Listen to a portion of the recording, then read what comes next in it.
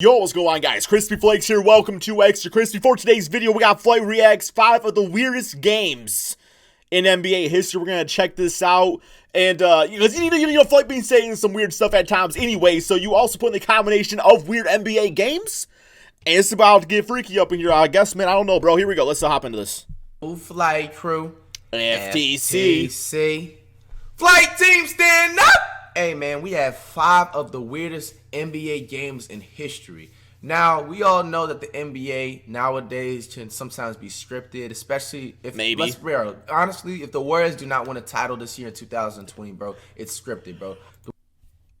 I hate to break it to you, man, but literally, you're going to be saying this for the next 20 years. Like, for the next 20 years until Steph Curry is in the NBA. That's Steph Curry's son, by the way, which is a great NBA basketball player named Steph Curry. I love that. Not as cool as Wardell Curry. I don't know why Stephen doesn't go by that name. But regardless, like, you better hope he's on there.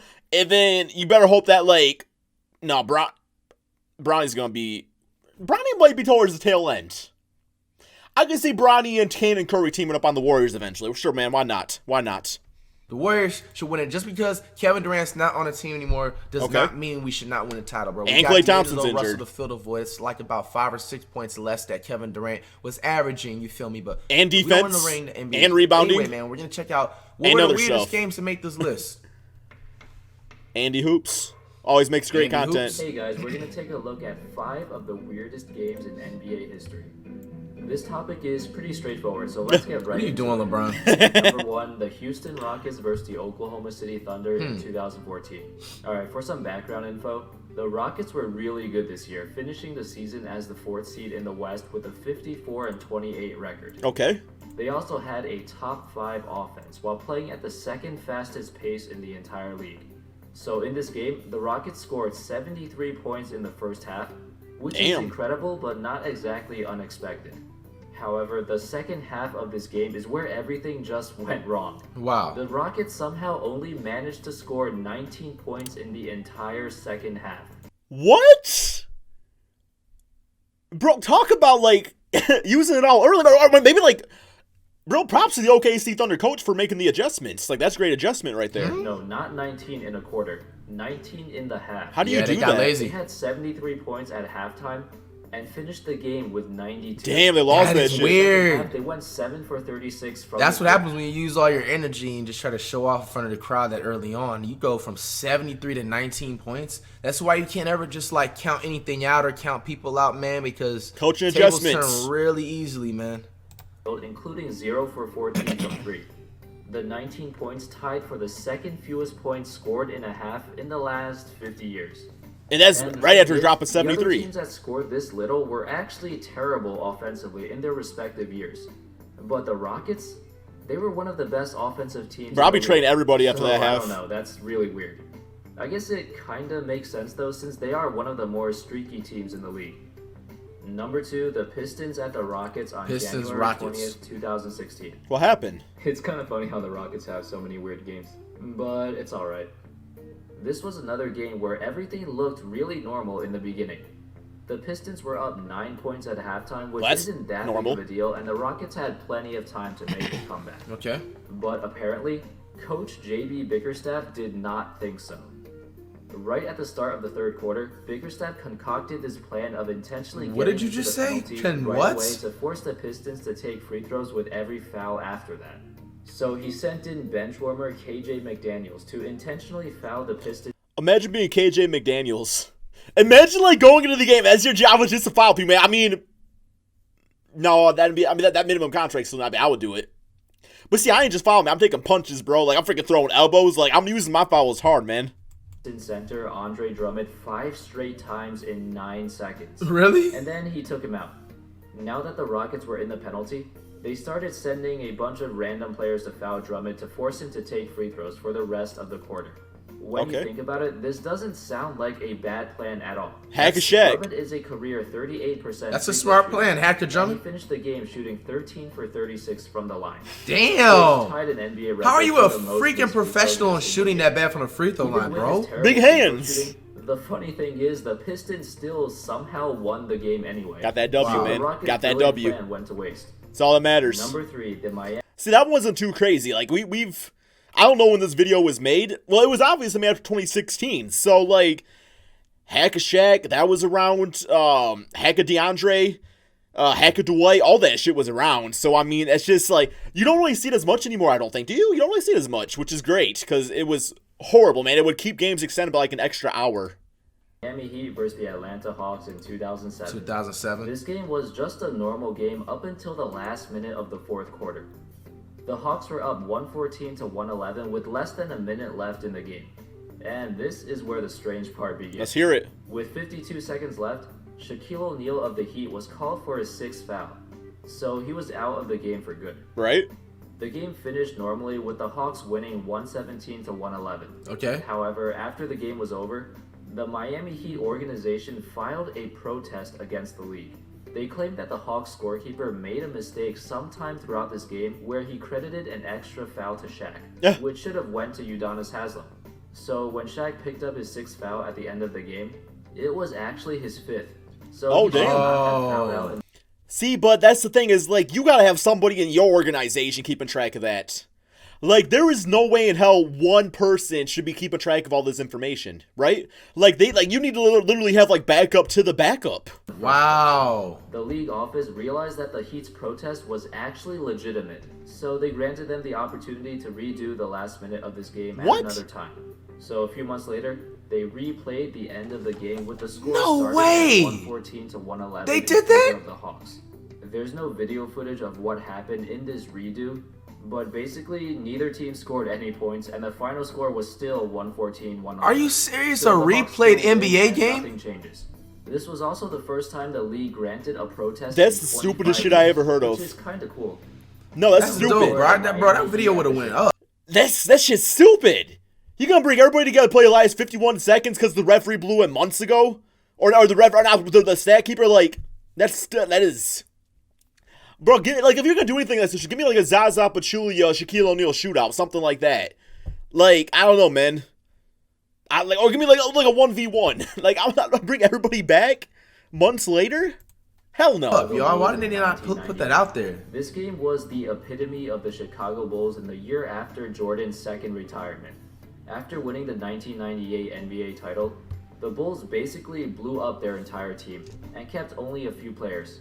MJ, Scottie Pippen, and Phil Jackson were all gone, and the team was going through a transition period where they finished with the worst record in the Eastern Conference. Damn, bro. In this game, the Bulls set the NBA record for the fewest points scored in a game after the shot clock was introduced. They scored 49 points in the entire game and lost by 33 to the Heat. Really? There were times in this game Well, where shit, they only dropped 80. high school team.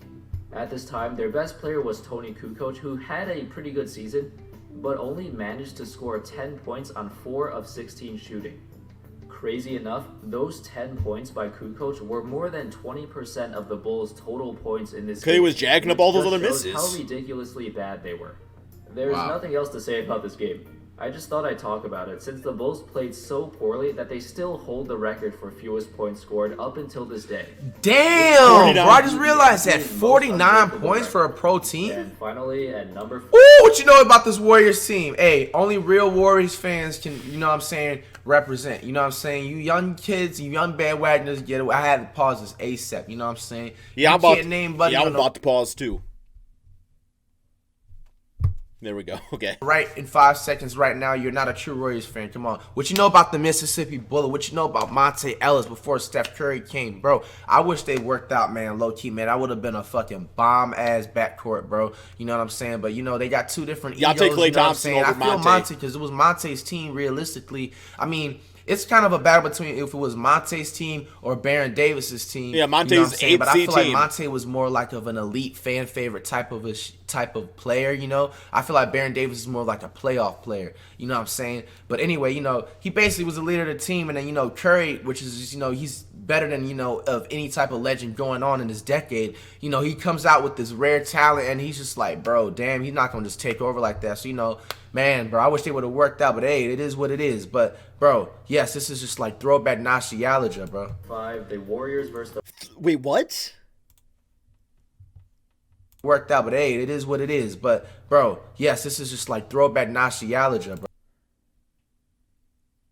Throwback nostalgia? Throwback nostalgia, bro. Are you trying to say? I don't know what word that I don't know what word. But bro, yes, this is just like throwback nostalgia, bro. I don't know, guys. I'm okay. 5, the Warriors versus the Blazers in 2010. I'm sure most of you have But I don't already remember heard this about game. but I can't just leave this. Brandon off. Roy? For starters, Love Brandon this Roy. was the last game of the 2009-2010 regular season, and the outcome did not have any Look at effect Curry. for either team. I can't Look see at Curry, a young Curry, bro. And the Warriors had Bro, been that out jumper is of just so contention fucking for a beautiful. while. Oh my Can gosh. you be quiet so we can hear the damn story? Roster was depleted. Damn, a young Steph Curry, yo. The waves a little bit, yo. I feel the vibe. All right, man. This video is gonna be 4 of the weirdest games of all time, and then Floyd just freaking riding Steph Curry. Okay, I got you. But two Damn, others, yo. Anthony Morrow and Ronnie Turiaf had to also suit up, since it's a rule that every was Chris 8 Hunter. players must suit up for every game. Unfortunately, when the game started, the Warriors center Chris Hunter got injured 5 minutes in. Wow. So now they only had 5 players to play out the rest of the game. What? 4 of those players, Steph Curry, Monte Ellis, Anthony Tolliver, and Reggie Williams, were forced to play 48 minutes. We got Damn. Tolliver playing Devin George 48. logged 42 minutes. The awkward part started when Devin George fouled out near the end of the game. And What? the Warriors needed to put another player in, but every other player sitting on their bench was injured, so Coach Don Nelson did not want to Suit put up. their safety at risk. Suit up the coach. Technically, they still had 3 players available to play in accordance to the NBA rules, but they physically could not. Nelson ended That's up talking crazy, to the bro. refs for what seemed like hours, telling them that all of his players are injured and they can't play. So Yep. please, just let George re-enter the game with 6 fouls. Right. But the refs kept telling him no, because they're just following the rules. So after a Yo, long Chest discussion, bumped him. Nelson squirmed his way around the rulebook and made something work. Really? He put in both of his injured but available That's a lot of reading. players, Morrow and Turiaf, and those 2 committed fouls to basically pretend to get re-injured, and then they left the game. This allowed George to re-enter the game and play out the rest of the 4th quarter. What amazing the about hell? This whole situation Gotta fix was that. that the Warriors still somehow beat the Blazers. They with won? Curry and Ellis going off and scoring a combined 76. Curry points. scored 42. Just a legend Damn. picking up for his team, bro. Bro, no NBA legend will ever do that in life, bro. They only had 5 players on their entire team who had to play all the minutes. 1 got fouled out, bro. And Curry still put the team on his back with 42 points. You know what I'm saying? Obviously, you know, the Warriors didn't win a championship that year, but it was just like, damn, bro. Well, yeah, just that such one won for quite a legendary while after that. status in the NBA. Just, bro, I'm so happy I seen this, man. I didn't even know that. You know what I'm saying? Anyway, man, comment down below. I mean, yeah, I ain't gonna disrespect Curry like that. I mean, it's freaking unbelievable. Like being able to just like drop all those points. Like not only that, but just like the fatigueness of the game and stuff, and the players he was playing with, like Monte Ellis is good and everything, but yeah, like Anthony Tolliver and like Chris Hunter out there or whoever else, Devin George, whatever it was. But yeah, man, no, really good video, really good time. Thank you all so much for watching. I still don't know what the hell that word was. Still don't know.